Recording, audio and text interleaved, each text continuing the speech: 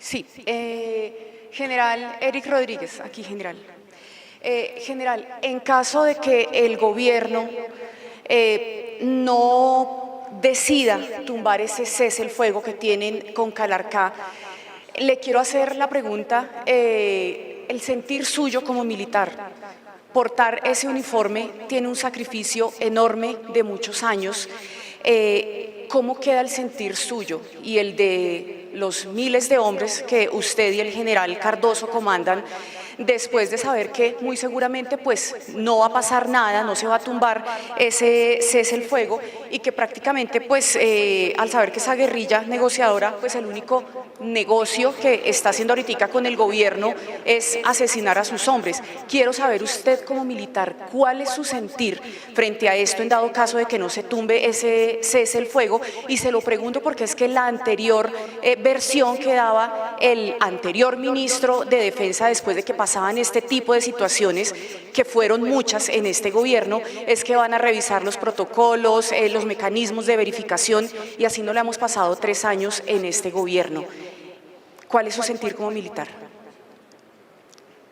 El sentir de todos los soldados del Ejército Nacional de Colombia está ligado a nuestro honor militar y se sustenta en el cumplimiento de la Constitución Nacional para defender a los colombianos la integridad territorial, y ante todas estas dificultades nunca hemos desfallecido, no solamente en este periodo, desde hace muchos años y desde que tenemos este conflicto en el país.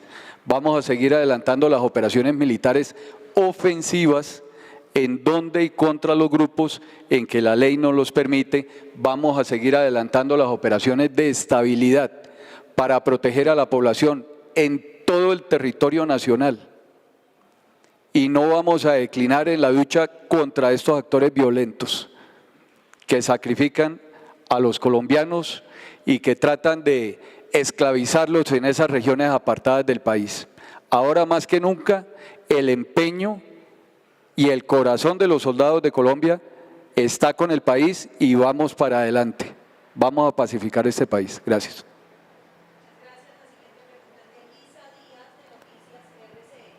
Buenos días para todos. Ministro, usted ahorita decía que la fuerza pública debe actuar con toda su capacidad, pero hay un decreto en el que habla de un cese de operaciones ofensivas contra estas disidencias, y pues la percepción que están dando es que el ejército estaría maniatado frente a estas acciones de las disidencias de alias Calarcá.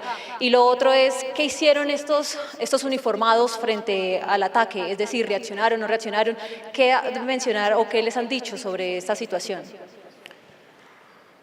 El cese de operaciones ofensivas y operativos especiales policiales con las disidencias de Calarcá no restringe las operaciones de estabilidad, ni mucho menos el uso de toda la fuerza legítima del Estado, que incluye inteligencia, contrainteligencia y empleo de las armas para defenderse. Aquí juega un papel fundamental la inteligencia y la contrainteligencia de todo lo que se está haciendo. ¿Qué pasó allá? ¿Cómo se desarrolló el combate? Eso hace parte de la investigación que se está adelantando. Lo cierto es que, de acuerdo a la apreciación dinámica de la amenaza, al contexto operacional en el área de Charras, del Guaviare, donde hay una ETCR, el ambiente operacional que se establecía es que había una seguridad o un ambiente que permitía ese tránsito de las unidades que no iban en ninguna acción ofensiva. También ha sido muy claro que los miembros de la fuerza pública, si llegan a encontrar una amenaza letal, hombres uniformados o hombres con armamento o mujeres con armamento, no pregunten a qué o de quién es ese parche, si es de las disidencias de Calarcá o las disidencias de Mordisco. La orden y que salió con este decreto a todas las fuerzas militares de la Policía Nacional es: empleen toda la capacidad del Estado para protegerse. Luego ya se evaluará por qué no o quiénes eran los integrantes de ese grupo.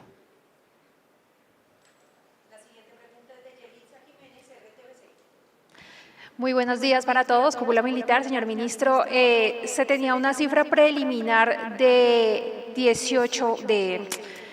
de más militares asesinados en este atentado terrorista. Ya se han confirmado 6, pero ustedes prevén que hay más militares asesinados, hay otros que están más desaparecidos aparte del que ustedes ya tienen reportados. ¿Y cuál es el balance actual de los integrantes de la fuerza pública que han sido asesinados en estas últimas semanas? Gracias.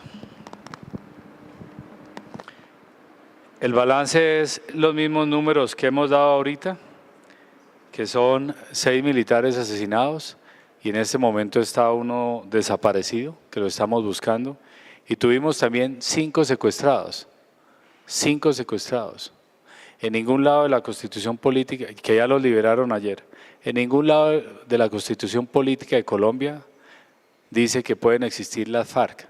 El pueblo colombiano ni lo ha pedido y tampoco ha avalado que existan estos grupos criminales como las disidencias de la FARC o el ELN o el Clan del Golfo.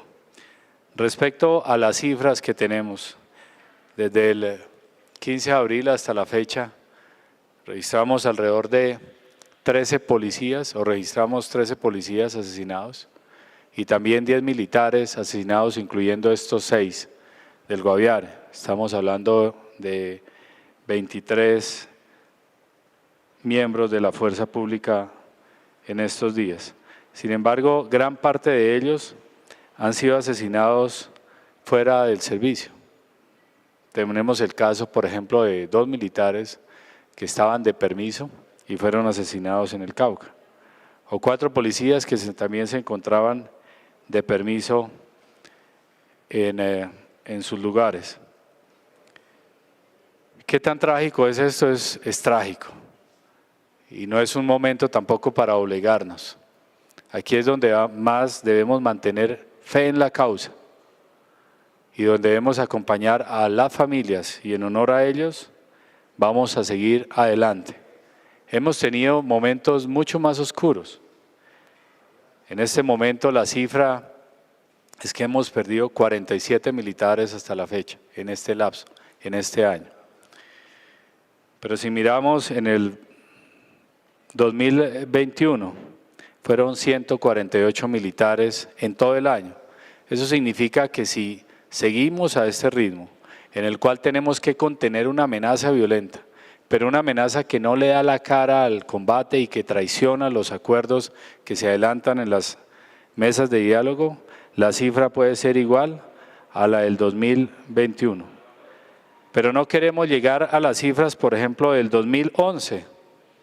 En el 2011, que ya ustedes referenciarán qué pasaba, quiénes eran los gobernantes, los ministros, etcétera, 517 militares en un año uniformados fueron asesinados y 2.235 fueron heridos.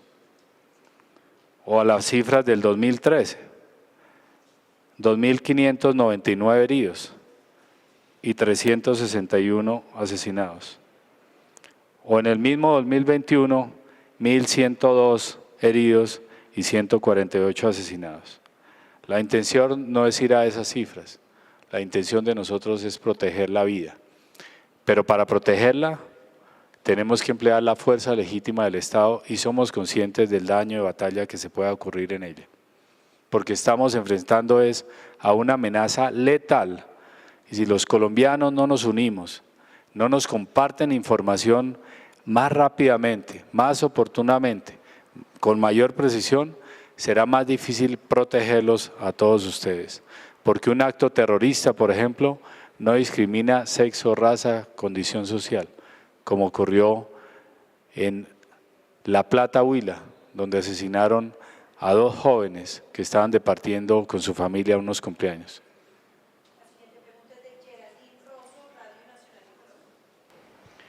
Buenos días, ministro. Me gustaría saber cuál es el estado actual de los soldados que fueron dejados en libertad, su estado de salud. También por parte de la policía, con respecto al niño que fue asesinado en La Guajira, si se confirma este hecho, si realmente el niño murió y cómo van a controlar el plan pistola. Y además, en cuanto a la implementación de la línea 157, ¿qué proyecciones se tienen por parte del gobierno, especialmente desde el Ministerio de Defensa, con respecto a este tema? Bueno, respecto a nuestros 5 hombres que fueron recuperados ayer en la noche, en este momento están con nosotros, están siendo atendidos. Algunos de ellos tienen algunas heridas que, gracias a Dios, son leves. Algunos impactos, pero simples rozones, sin compromiso de huesos o órganos vitales. Entonces, en este momento están con nosotros en San José del Guaviare y próximamente los llevaremos con sus familias.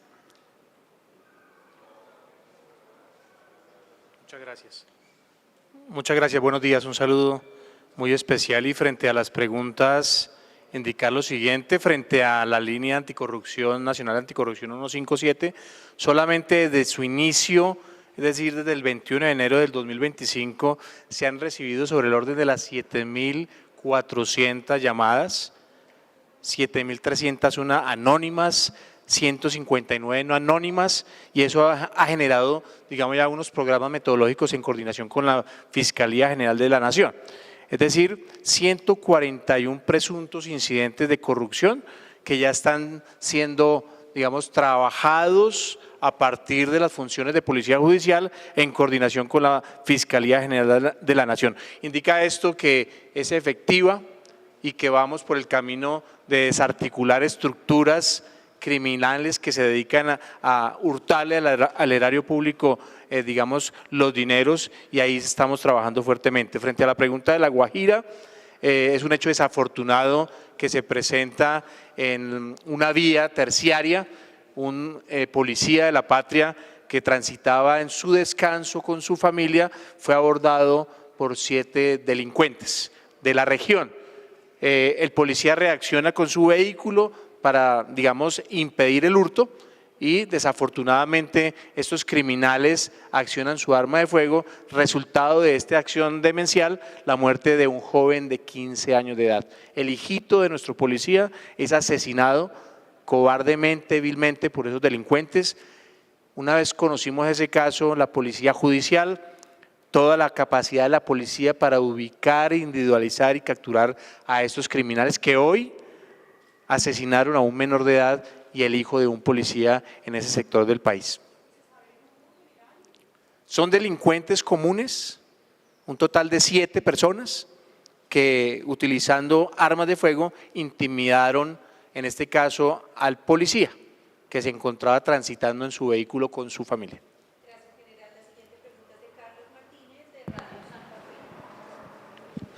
Ministro, muy buenos días. Ministro Pedro Sánchez, muy buenos días. Ministro, esta mañana el alcalde de San José del Guaviare había denunciado que esta tentativa del ataque que se presentó este fin de semana había sido reportada hace 2 meses al Ministerio del Interior y al Ministerio de la Defensa. La pregunta es, ¿qué acciones preventivas o qué acciones se tomaron frente a estas amenazas? Lo otro, con una pregunta que ya le habían hecho sobre la continuidad de los diálogos con alias Calarcá, ya usted habló antes de llegar acá con el presidente. ¿Qué decisión tomaron frente a la continuidad de estos diálogos con esa estructura de Calarcá? Y finalmente, en una intervención suya la semana pasada, ministro, y frente al balance a este oscuro panorama de 43 uniformados asesinados, usted dijo que los tenemos controlados a estas estructuras ilegales. ¿A quién tienen controlados exactamente, ministro? Respecto a las denuncias que menciona el alcalde de San José del Guaviare respecto a lo que podría ocurrir allá, todos sabemos 2 cosas. Primero, que todo es dinámico, que todo va cambiando, no es algo estático. Y por ende, las acciones que adelantó la fuerza pública en ese sentido, pues fueron orientadas también a eso, pero también a neutralizar otro tipo de amenazas. Una de ellas es alias las disidencias de alias Mordisco, que estaban en plena confrontación en esa zona. Fue así tanto la acción de la fuerza pública que evitó esa confrontación que se iba a dar fuerte en ellos y afectó enormemente la estructura criminal de Iván Mordisco, que lo desplazó del Guaviare, del área de límites entre el Guaviare y el Caquetá, en el río Apaporis, y lo desplazó a límites entre el Caquetá y el Amazonas, sobre el río Caquetá. Y de alguna manera se cambió la amenaza en la zona. ¿Qué otras acciones se hicieron al respecto frente al hecho sucedido? Pues nos lo dirá la investigación que se haga al respecto, para lo cual el Ejército Nacional desplazó toda su capacidad para encontrar en qué fallamos o en qué se falló y qué acciones haya que tomar. Y las que tengamos que tomar, se deberán tomar a los niveles que corresponda, ya sea a nivel de batallón, de brigada, de división, o los niveles que corresponda, se tomarán las acciones. Respecto a las estructuras que tenemos controladas, eso hace parte de la inteligencia de qué específicamente o contra qué objetivo tenemos nosotros nuestra capacidad orientada para afectar las estructuras correspondientes o los cabecillas que estén delinquiendo. Pero en todo el territorio nacional está desplegada absolutamente toda la capacidad. Y vuelvo, insisto, sé que puede no ser tan noticia, tan llamativa lo que diga, pero compartan información, denos información, ayúdenos con ello. Marquen al 147 Gaula Militar, al 165 Gaula Policial, si es temas de extorsión o secuestro, o al 107 que es de información sobre grupos criminales, o al 123 que es de nuestra Policía Nacional, o a cualquier entidad. Por favor, comuníquenos. Solo así podemos protegerlos con mayor efectividad.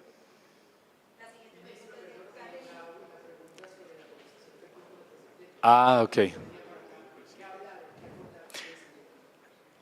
Ahorita vamos con la cúpula militar y policial a revisar lo que ocurrió y las acciones que se haya que tomar. El presidente de la República es una persona que está plenamente, al igual que lo hacemos nosotros, preocupada por proteger la vida y ha generado espacios de diálogo con una política de paz total, que es una política de Estado, no de gobierno, para abrir esos espacios de diálogo. Y aquí pues se mirará qué decisión se toma. Que se suspenda totalmente con estas disidencias de Calarcá es una opción.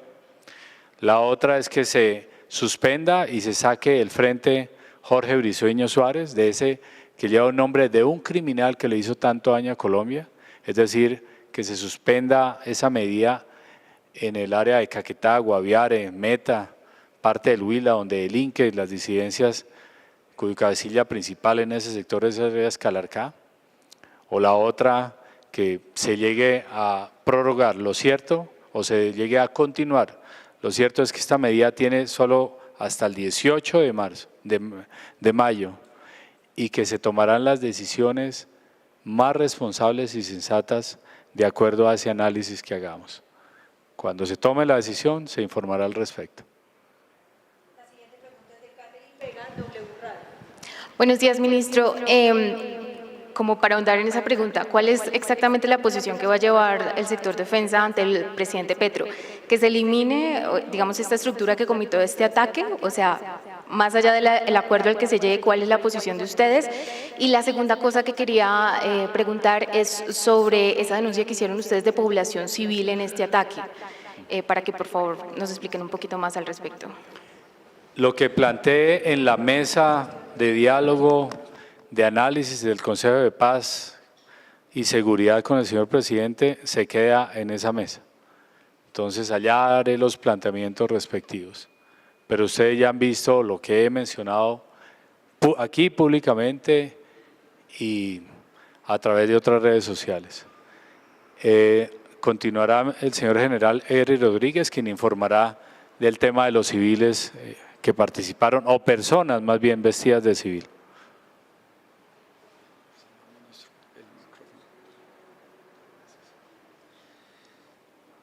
En medio de los combates que sucedieron el día de ayer, las tropas reportaron posteriormente, a eso de las 8:30, 9 de la mañana, estar viendo una cantidad importante de personal civil que se acercaba al sitio del combate, algunos con camisetas blancas, algunos con banderas.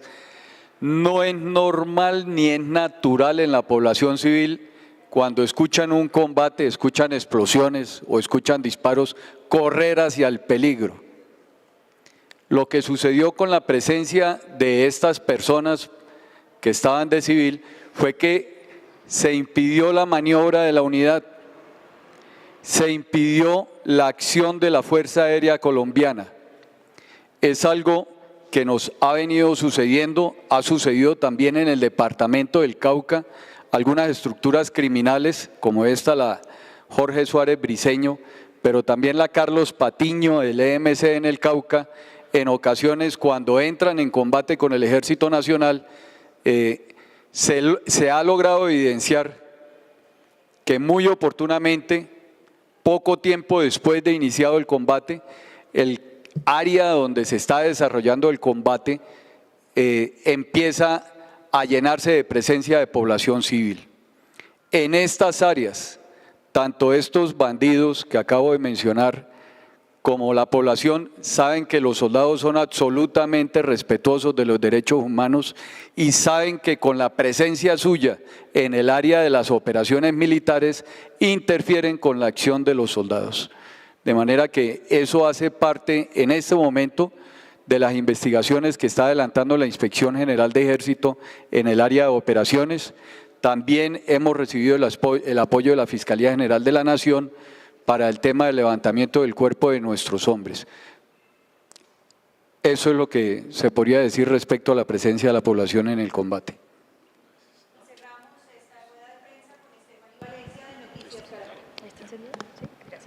Bueno, buenas tardes para todos, buenos días todavía. Quisiera preguntarle al general López si nos puede, usted que tiene más en la cabeza los números y las cifras, ¿qué tanto se ha expandido las disidencias de Calarcá en ese periodo que ha habido de cese al fuego con ellos? Siempre se ha hablado de se están expandiendo, están creciendo, se han fortalecido, pero eso en cifras y en números, o si lo tiene por regiones, ¿qué tanto se ha visto reflejado en el país?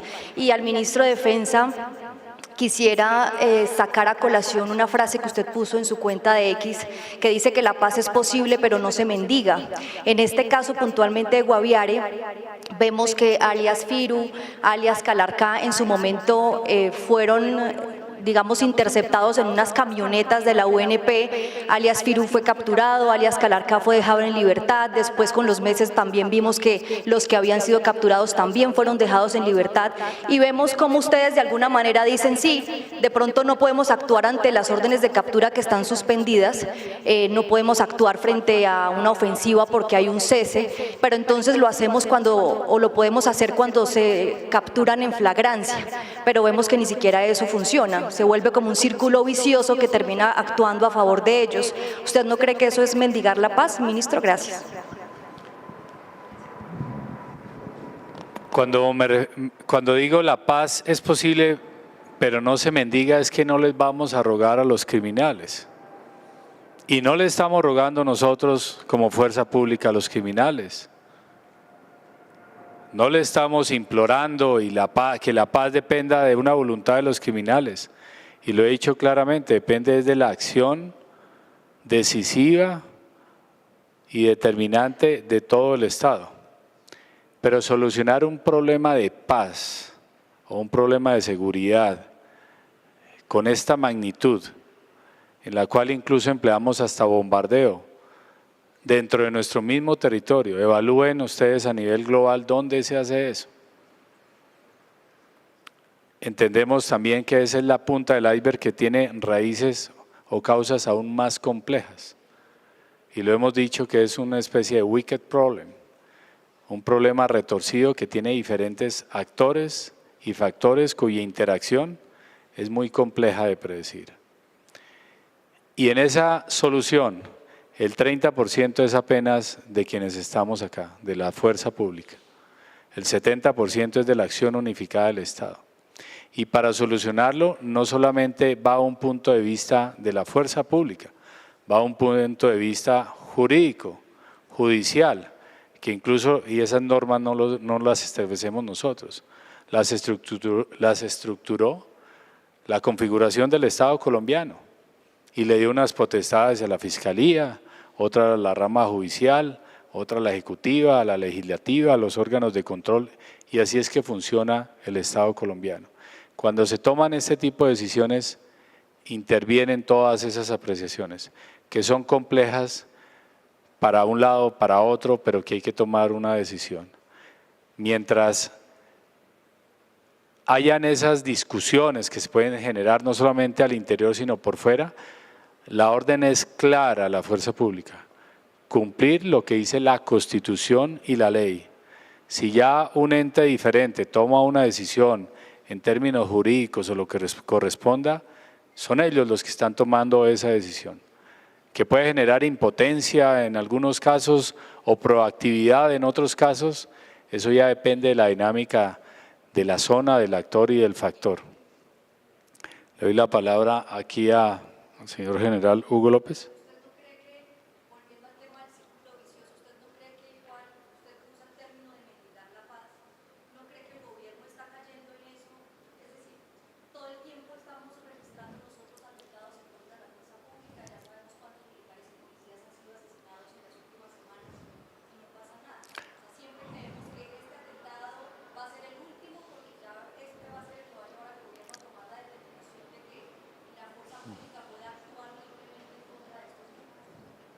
Ese tipo de apreciaciones y discusiones se hacen al interior, en la mesa, en el Consejo de Paz y Seguridad. Y ahí se expone todas las apreciaciones y la decisión que se toma ahí es la que acorde a la Constitución y la ley se hace. Y toda la sociedad pues debe hacer ese tipo de reflexiones alrededor para que pues se tomen las acciones que correspondan.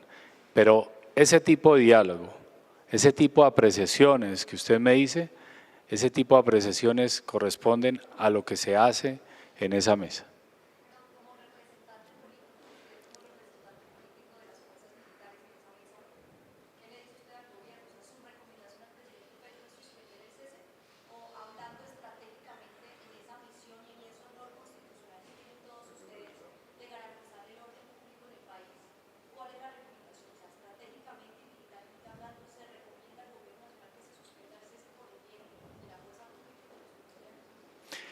La recomendación que le damos al Gobierno Nacional está, vuelvo y lo insisto, está alineado al deber constitucional, a que no podemos poner en riesgo a la población, a que debemos emplear toda la fuerza legítima del Estado, pero en ese mismo análisis intervienen otras instancias, que es la Oficina del Alto Comisionado para la Paz, que es la misma apreciación que le llegan de las diferentes regiones, y es el mismo concepto que tiene el señor presidente de su política de paz total.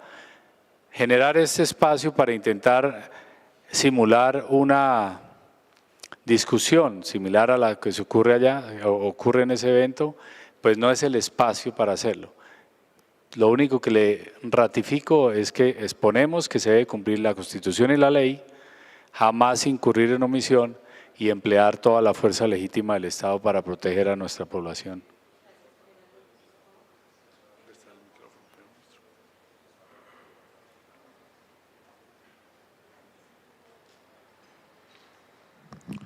Gracias, señor ministro. Presento un saludo muy especial a todos los periodistas. Envío también y aprovecho para mandar un saludo de condolencias a las familias, un saludo de fortaleza a las fuerzas militares y al ejército especialmente. Con respecto a la pregunta de expansión, hay 5 áreas de expansión. Hay que recordar que el decreto anterior del cese al fuego determinaba unas áreas específicas donde esas estructuras delinquen, y en esas 5 áreas de expansión las fuerzas militares han venido desarrollando operaciones militares. Tenemos un área de expansión que fue en La Paz Cesar, con el Frente 19, una estructura que fue mediante una operación militar ofensiva hecha por el Ejército Nacional, donde se da muerte y captura a la totalidad de esta estructura. Tenemos también el Frente 12 en Puerto Wilches, Sabana de Torres y Barranca Bermeja, que también las operaciones militares se han venido focalizando sobre esa área. Tenemos el Frente 34, una comisión conformada por el 36 y 18, que en el sector del Carmen Atrato, en una operación militar también, realizada por el Ejército Nacional con la 7ª División, donde se da fin a esta estructura. Tenemos el Frente Joaquín González en Roncesvalles, Rovira y San Antonio, que también el Ejército Nacional ha venido desarrollando operaciones militares sobre este sector, dando de baja y capturando sus principales cabecillas. Y tenemos el bloque Jorge Suárez Briceño, que por la confrontación que tiene con alias Mordisco y Calarcá, vienen desplazándose a otras áreas. Esas son las áreas de confrontación, pero ratifico lo que el señor ministro decía al momento, en cumplimiento de la Constitución y la ley, estamos en todo el territorio nacional y se están desarrollando operaciones militares. Muchas gracias. Son 5 áreas de expansión, te las acabo de nombrar.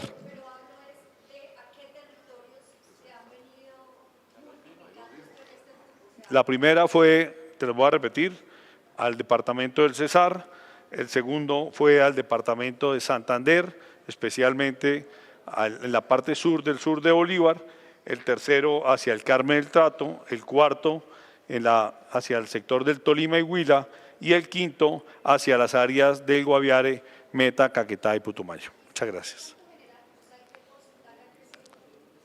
Ha sido unas expresiones de unas estructuras ilegales que se han movido hacia el sector, pero como bien te decía, han sido golpeadas por las estructuras, pero el número exacto no lo tenemos. En este momento no lo tenemos y no nos corresponde a nosotros hablar de violaciones al cese al fuego. Muchas gracias.